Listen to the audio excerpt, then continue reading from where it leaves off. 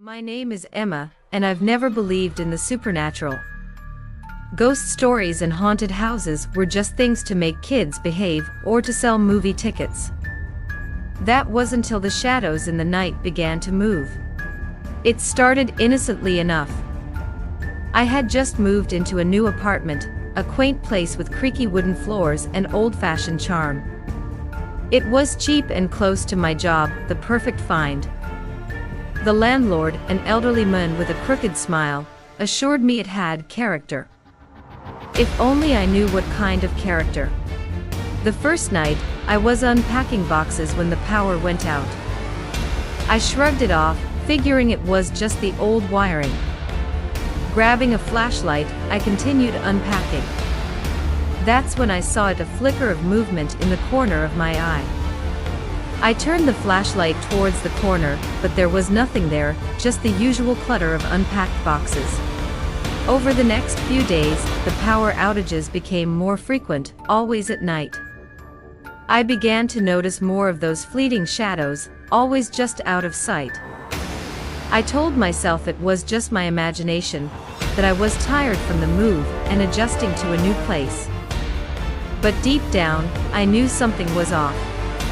One particularly stormy night, I was jolted awake by a loud crash. The power was out again, and my room was plunged into darkness. I reached for the flashlight on my bedside table, but it wasn't there. Panic set in as I fumbled around in the dark, my heart pounding in my chest. That's when I felt a cold, clammy hand gripping my ankle. I screamed and kicked, my foot connecting with something solid. The grip loosened and I scrambled for the door, my breath coming in ragged gasps. I reached the hallway and slammed the door behind me, my back pressed against the cool wood. My mind raced, trying to make sense of what had just happened. Summoning every ounce of courage, I crept back into the room, flashlight now in hand. The room was empty, but the feeling of being watched was overwhelming. I knew I couldn't stay there, not after what had happened. I packed a bag and left, seeking refuge in a nearby motel. The next morning, I returned to the apartment to gather the rest of my things. I found the landlord waiting for me, his face pale and drawn. "You saw it, didn't you?" he asked, his voice trembling. I nodded, my throat too tight to speak. He sighed and ran a hand through his thinning hair. "I should have told you before. The previous tenant. She experienced the same things. She said there was a presence in the apartment, something that only came out in the dark. She left in a hurry, just like you. Why didn't you warn me?" I finally managed to ask. He looked down, shame etched into his features. I didn't believe her. Thought she was just being dramatic. But now, I'm not so sure. I moved out that day, vowing never to speak of the experience again. But the memory of that cold, clammy hand still haunts me, a reminder that some shadows are more than just the absence of light.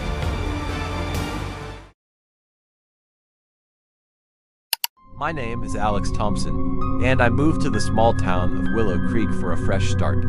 I wanted peace, away from the bustling city life and the memories I was trying to escape. What I found instead was a nightmare that would haunt me forever.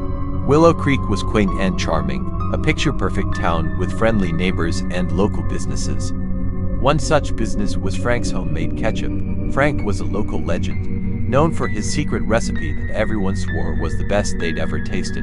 I met him at the weekly farmer's market, a tall man with a friendly smile and a firm handshake. "Welcome to Willow Creek, Alex," he said, handing me a sample of his famous ketchup. "You'll never want store-bought again after trying this." He wasn't wrong. The ketchup was delicious, rich, and tangy with a unique flavor that I couldn't quite place. I bought a couple of bottles, thinking nothing of it at the time. A few weeks later, I started to notice something strange. People in town began to disappear. It was subtle at first, a missing person here, a closed shop there. The townsfolk whispered about it, but no one seemed to know what was happening. The local police were stumped, and there were no signs of foul play. One evening, I was walking home from a late shift at the diner when I saw Frank outside his shop. He was loading large, heavy-looking bags into his truck. Curiosity got the better of me, and I decided to follow him. I kept a safe distance, my heart racing as he drove out of town and into the dense forest that bordered Willow Creek. Frank parked his truck near an old, abandoned cabin. I watched from the cover of trees as he dragged the bags inside. My mind raced with possibilities, none of them good. I crept closer, careful to stay hidden in the shadows. The cabin was decrepit, its windows broken and the roof caved in. I could hear faint noises coming from inside, like muffled cries. Summoning all my courage, I peeked through a crack in the wall. What I saw made my blood run cold. The bags Frank had been carrying weren't filled with supplies, they were filled with bodies. He had them laid out on a large table, and he was butchering them. The source of that unique flavor in his ketchup became horrifyingly clear. I stumbled back, my stomach churning, and accidentally stepped on a branch. The snap echoed through the silent night. Frank's head jerked up, and our eyes met through the crack. I turned and ran, branches whipping my face and tearing at my clothes. I could hear Frank's heavy footsteps behind me, getting closer with each passing second. I burst out of the forest and onto the main road, desperately waving down a passing car. The driver, an elderly woman, stopped and let me in. I barely managed to explain what I'd seen between gasps for air. She drove me to the police station, and I told them everything. The police raided the cabin the next day. They found the bodies and arrested Frank. The town was in shock, unable to believe that the friendly, smiling man they all knew was a monster. The news spread quickly, and Willow Creek became infamous overnight. I moved away shortly after, unable to bear the memories that haunted me.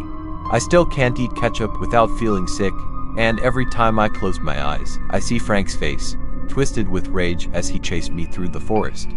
Some nights, I wake up in a cold sweat, convinced he's still out there, waiting to finish what he started. My name is Sam, and I still remember the night I waited for the last train at the old railway station. It was a night that changed everything. The wind howled through the deserted platform, sending shivers down my spine. The station, once bustling with life, now stood in eerie silence. I checked my watch. It was almost midnight. The last train was due any moment. I glanced around, hoping to see another soul, but I was alone. The flickering lights cast long, distorted shadows, and the distant sound of an owl hooting added to the unsettling atmosphere. The air was thick with a sense of foreboding, and I couldn't shake the feeling that something was terribly wrong. I took a seat on a cold, metal bench, clutching my suitcase tightly. As I waited, my mind wandered to the stories I'd heard about this place. They said the station was haunted, that those who waited for the last train never made it home. I had always dismissed them as mere legends, but now, sitting here in the darkness, I couldn't help but feel a growing sense of dread. Suddenly I heard it, the distant whistle of the approaching train. I stood up, peering into the darkness. The sound grew louder, but the train was nowhere in sight. The tracks stretched into the abyss, and for a moment I wondered if the train was even real. Then, out of the darkness, it emerged. The train looked ancient, its exterior covered in rust and grime. It slowed to a halt, and the doors creaked open with a groan. I hesitated, a voice in the back of my mind screaming for me to turn back, to leave this place and never return. But curiosity got the better of me, and I stepped aboard. The interior was dimly lit, the seats worn and tattered. I made my way down the aisle, searching for a place to sit. As I passed by, I noticed the other passengers, their faces pale and expressionless, their eyes staring blankly ahead. A chill ran down my spine as I realized something was terribly wrong. I took a seat near the back, my heart pounding in my chest. The train started moving, and the sensation of dread intensified.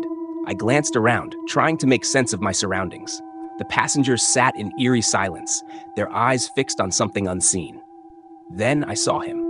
A man, dressed in an old-fashioned conductor's uniform, stood at the front of the car. His eyes locked onto mine, and a sinister smile spread across his face. He began to walk towards me, his footsteps echoing through the silent carriage. "Welcome aboard," he said in a voice that sent shivers down my spine. "You must be Sam." I nodded, unable to speak. "You've heard the stories, haven't you?" He continued, his smile widening. About those who never made it home? I nodded again, fear gripping my heart. Well, he said, leaning in close, they're all true. With that, he vanished, leaving me alone with my terror. The train sped through the darkness, and I knew there was no escape. The stories were true, and I was now a part of them. As the train hurtled through the night, I could feel the presence of the other passengers closing in around me. Their cold, clammy hands reached out, and I screamed. But my screams were swallowed by the darkness, and the last thing I saw was their empty, soulless eyes. The next morning, the station was found abandoned. The train was gone, and so was I. To this day, no one knows what happened that night. But if you ever find yourself at the old railway station, waiting for the last train, remember my story. And whatever you do, don't get on that train. I'm Sam, and this was my last journey. My name is Emily, and I'll never forget the day I found that old book. It was a day that forever altered my understanding of fear. I had always been a lover of books, the kind who could spend hours in dusty old shops, thumbing through ancient volumes and imagining the lives they had touched. It was during one of these explorations that I stumbled upon a small, forgotten bookstore on the outskirts of town. The shop was dimly lit, the air thick with the scent of aged paper and leather. I wandered through the narrow aisles, my fingers grazing the spines of countless forgotten tomes. That's when I saw it, an old, leather-bound book, tucked away on a high shelf, almost hidden from view. Intrigued, I reached for it. The cover was unmarked, save for a single, faded symbol that I didn't recognize. I opened it, and a shiver ran down my spine. The pages were filled with strange, archaic script, unlike any language I had ever seen. Yet, something about it drew me in, compelling me to read further. I took the book home, eager to unravel its mysteries. As I began to translate the text, I realized it was a collection of dark rituals and forbidden knowledge. Despite the growing sense of unease, I couldn't tear myself away. Each page seemed to whisper secrets, beckoning me deeper into its enigmatic contents. It was late that night when I reached a passage that chilled me to the bone. It described a ritual to summon the spirits of the damned, promising untold power in exchange for one's soul. I laughed it off, convincing myself it was nothing more than fiction. But a part of me couldn't help but wonder. The days that followed were plagued with strange occurrences. I would hear whispers in the dead of night, feel a cold breath on my neck, and see shadows moving in the corners of my vision. My dreams were filled with nightmarish visions of twisted faces and clawed hands reaching out for me. One evening, desperate for answers, I decided to perform one of the simpler rituals. It required only a few candles and a quiet room. I chanted the words written on the page, my voice trembling. As I finished, the room grew unnaturally cold, and the candle flames flickered violently. Suddenly, a figure materialized before me, a tall, gaunt man with hollow eyes and a sinister grin. He introduced himself as Darius, a spirit bound to the book for centuries. His voice was like the rustling of dead leaves, sending shivers down my spine. "You've awakened me, Emily," he said, his grin widening. "And now you must pay the price." Before I could react, he lunged at me. I screamed, stumbling backwards, but it was too late. His icy grip closed around my wrist, and I felt an overwhelming surge of fear and despair. In a desperate bid to save myself, I grabbed the book and hurled it into the fireplace. The flames roared to life, consuming the ancient pages. Darius shrieked in rage, his form flickering and dissolving into the smoke. As the last of the book burned away, the room grew still. The cold dissipated, and the whispers ceased. I collapsed to the floor, trembling and exhausted, but relieved that it was over. I buried the ashes of the book, hoping to erase its existence from the world. But the experience left me forever changed. I no longer seek out old books or hidden knowledge. Some things are better left undiscovered, their secrets buried in the past.